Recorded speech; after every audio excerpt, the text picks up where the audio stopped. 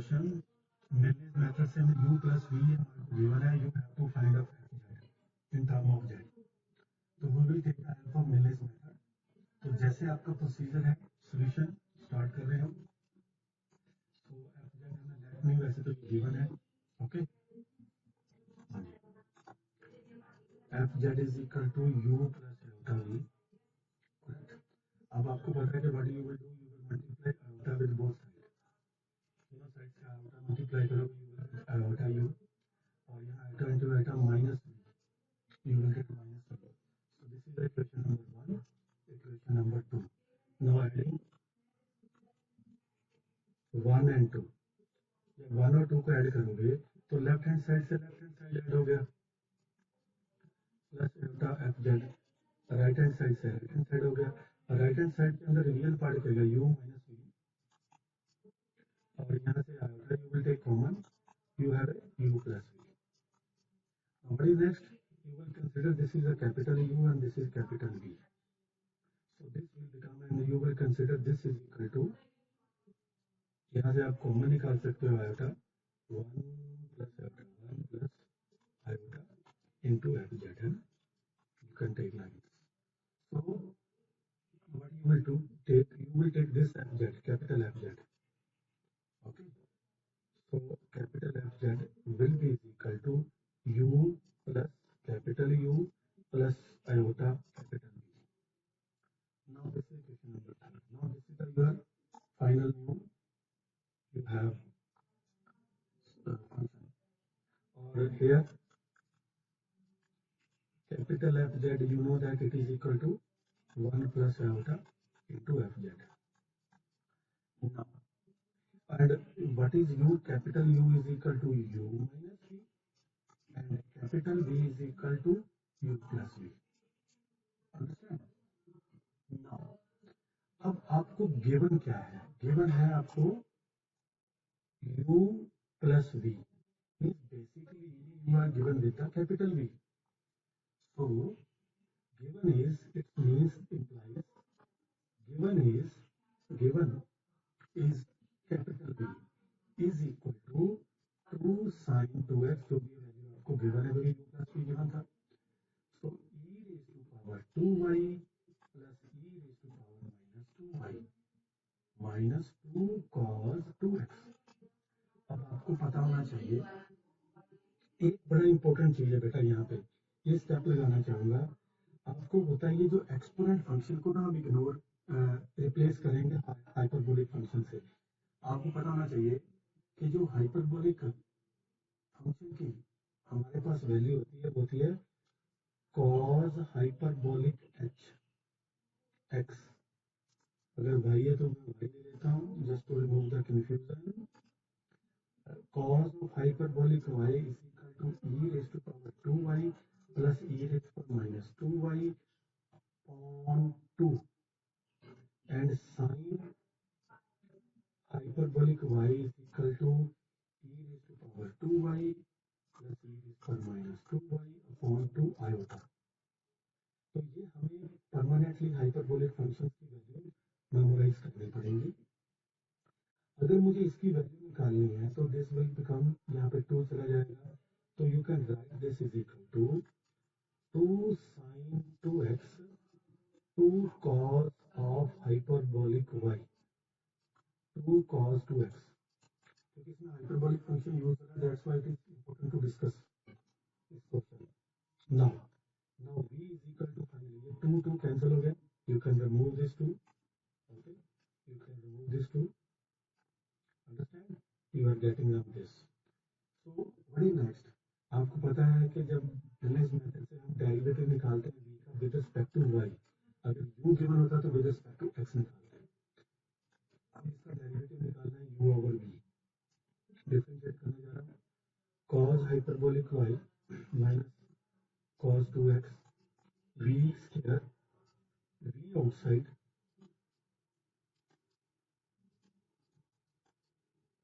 sin 2x का derivative, sin 2x का cos 2x, और 2x का फिर आगे 2, means you will gate 2 sin 2x, sorry 2 cos 2x। correct? Minus from our side, then you will take u outside, sin 2x outside. अब बेटा जी आपको बता दिया जाए कि derivative of sin hyperbolic x is equal to cos x and derivative of cos hyperbolic x is also sin x. Without hyperbolic ये negative होता है, यहाँ पे चेंज नहीं होता, पॉजिटिव ही आएगा. तो cos हाइपरबोलिक y का derivative with respect to y, अच्छा सॉरी मिस्टेक हो गया, क्योंकि हमारे पास variable with respect to y है, इसका डेरिवेटिव 0 होगा. So minus 2 sin 2x outside, इसका डेरिवेटिव किया v का, cos का आ गया डेरिवेटिव sin हाइपरबोलिक 2y और 2y का फिर आगे 2 और इसका आ गया 0, करेक्ट. लो जी, तो finally you are getting minus 2 into 2,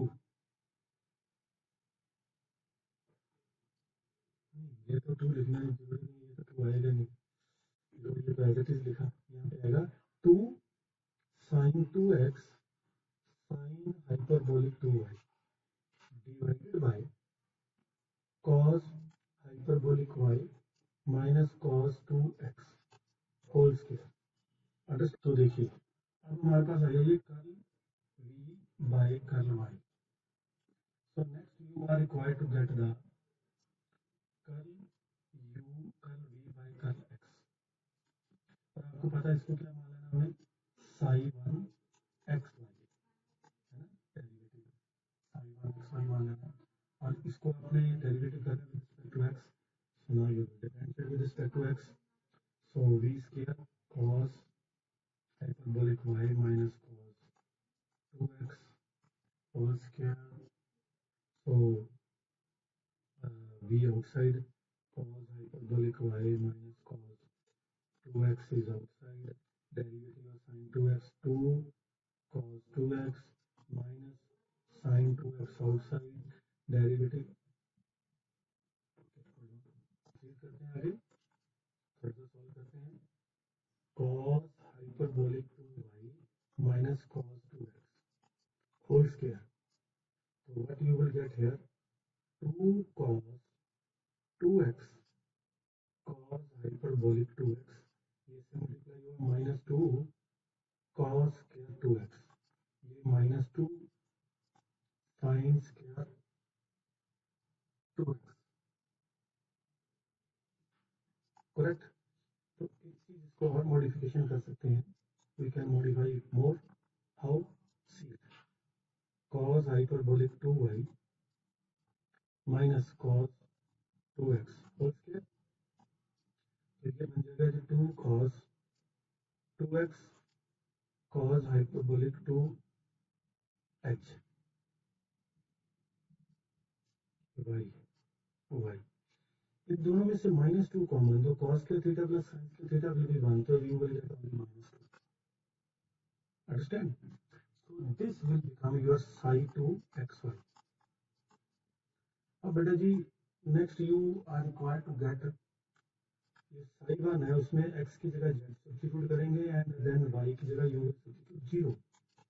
so see x की जगह अपने y की जगह 0 और sin 0 हाइपरबोलिक भी 0 होगा, तो 0 into anything this will become 0, so you will get 0. ये तो 0 आ जाएगा when you replace x with here, x with z and y with 0, y 0, everything will be 0.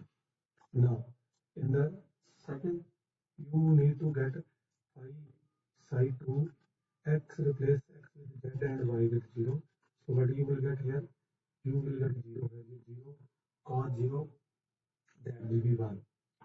So यहाँ पे आपके पास z आ जाएगा 2, so you will become 2 cos 2x 2z, so you replace x with z minus 2, और यहाँ पे आपने 0 put कर लिया, ये आपके पास 1 आ जाएगा, you will get 1 minus cos 2z whole square. Understand? Correct? इसको हम थोड़ा सा मॉडिफाई कर लेते हैं. तो हमारे पास ये -2 कॉमन निकाल लेते हैं। -2 कॉमन निकाला, ये 1 minus cos 2z, denominator 1 minus cos 2z whole square. So this is cancelled out. So you are getting -2 upon 1 minus cos 2z. अब बेटा जी मैं इसको थोड़ा सा और मॉडिफाई कर रहा हूँ। कैसे? देखो जरा, cos 2 थीटा का फार्मूला होता है हमारे पास in term of sine 1 minus 2 sin square theta. Correct? So I am going to substitute here this value. So you will get minus 1 minus sin square z. So you will get -2 minus minus ये minus minus 1 minus minus plus sin square z. So ये इससे cancel हो गया। You are having यहाँ पे 2 है, 2 है, यहाँ पे 2 है। Okay, so you are getting -2 on 2 sin square z. ये 2 से 2 कैंसिल हो गया, 1 over z sin square cosecant square, तो minus cosecant square z. So you are getting 5 to z0 cosecant square z and 5 1 z0 sin 1 z0 cosecant. So let's start next. So what you have now? So therefore, by Milne's function method,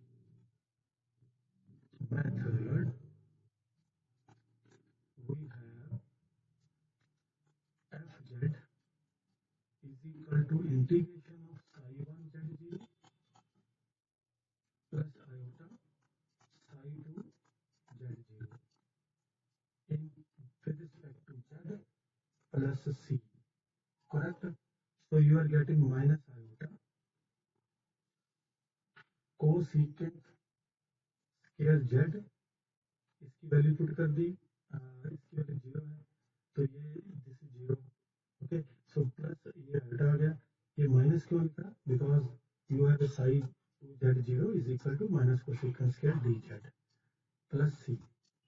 okay, so you will get minus iota is outside, so integration of cosecant square z with respect to z plus c. Understand? So minus iota cosecant square का integration जो रहेगा that is equal to tan z minus tan cos z minus cos z. So that will be minus cos z plus c. You are getting minus iota cot z plus c. So finally at z you have this. This is therefore capital F z is equal to iota cot z plus c. Now you know that because we are required to get small f z, not capital F z. So you know that this implies इसकी value क्या होती है? वो value क्या थी? 1 plus iota into f z is equal to iota cot z plus c. Now f z will be is equal to iota upon 1 plus iota, इसके नीचे भी आ गया, और cot z और c upon 1 plus iota भी आ गया। अब मैं बताइए आपको, ये तो कांस्टेंट है, इसको तो आप c1 ले लो, ठीक है, कोई और अनदर कांस्टेंट ले लो, क्योंकि ये भी इसमें भी वेरिएबल नहीं है, इसमें भी वेरिएबल नहीं है, तो you can take another constant. But इसको आप सॉल्व कर सकते हो, करना चाहे तो कैसे? डिनोमिनेटर्स में आइटा रिमूव कर सकते हो, जैसे iota into 1 plus iota, you can rationalization 1 minus iota 1 minus iota, तो iota into 1 iota, iota minus iota square, तो that will be plus 1।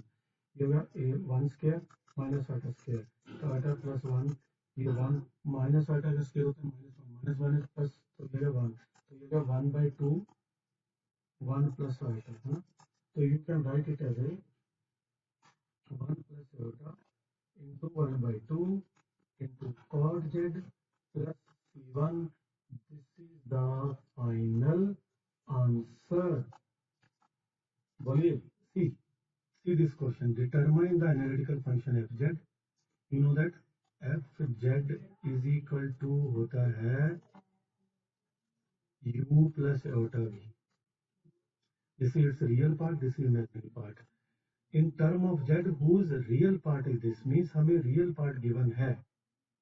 Real part means u is given here. u is given x cube minus 3xy square plus 3x square minus 3y square plus 1. तो जब u given हो तो हमें अब v मिल जाए, जब पूरा फंक्शन ही मिल जाए तो मिलनेस मेथड तो डायरेक्ट निकाल देते हैं. तो मिलनेस मेथड में क्या रिजल्ट में ला रहे थे, सबसे पहले जो भी u गिवन होगा you will find derivative of u with respect to x. So 3x square x square minus 3y square because y is a constant, x is variable here, plus 6x. This is 0 because you are finding derivative with respect to x. और आपको इसको क्या consider करना होता है, phi 1 xy.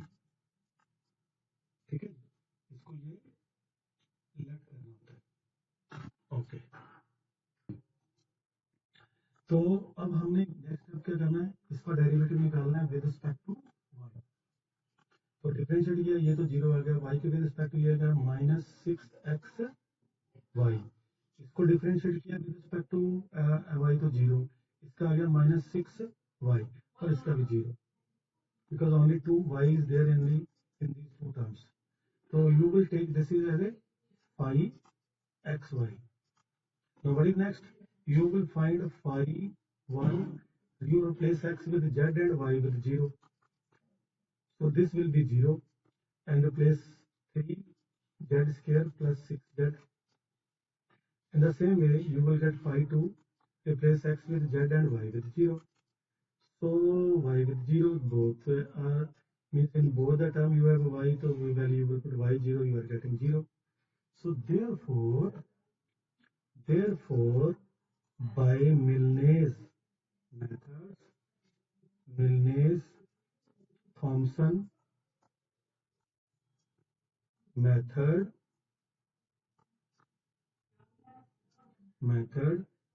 fz is equal to phi 1 z0 minus u के अंदर जब ये हम करते तो माइनस में आता है, ये आपको फार्मूला याद रखना पड़ेगा, phi 2 z0 with respect to z plus c. So now we have to solve it. So ये तो हमारे पास है दी 3z square plus 6z, this is 0, तो dz plus c. Understand? तो डिफरेंशिएट किया, इंटीग्रेट किया, 3 आउटसाइड z स्क्वायर का z cube by 3, 6z का z square by 2 plus c, this is 3, this is cancel. So therefore fz you are getting z raised to power 3 plus z raised to power 2 plus c. So this is the answer. देखो, analytical function निकालना है, imaginary part given है, तो क्या करेंगे आप, ये v given है, हमें एफ जेड निकालना है u प्लस एल्फा v. ठीक है, तो व्हाट यू विल डू, हमारे पास v गिवन है तो curl v by curl y निकालेंगे. डेफिनेशन पता, मेथोडोलॉजी आपको पता होनी चाहिए. डिफरेंशिएट किया y 6 आ गया, ये बाकी सब 0, इसको आप psi 1 xy मान लेते हैं. अब curl v by curl y निकालोगे, सॉरी x निकालेंगे, तो यू विल गेट 6y और ये -5, इसको मान लेंगे आप psi 2 xy. Now you will find psi 1 z0, x की जगह z कर दोगे 6z आ जाएगा और y की जगह 0, एंड यहाँ पे psi 2 z0, y की जगह 0, ये तो that will be -5 only. So therefore by Milne's method, Thomson method, fz is equal to integration of psi 1 z0, क्योंकि ये अब v गिवन था प्लस आयोटा, वो माइनस आटा होता है, psi 2 z0 tz plus c. So this will become, ये value हमारे पास 6z है, ये आयोटा है, ये -5 है. This is dz plus c. 6z का integration z square by 2 -5 iota का 5 आयोटा z प्लस c. ये आपका कैंसिल हो गया. So this is the final answer, means therefore fz is equal to 3z square minus 5 iota z plus c. Understand or not?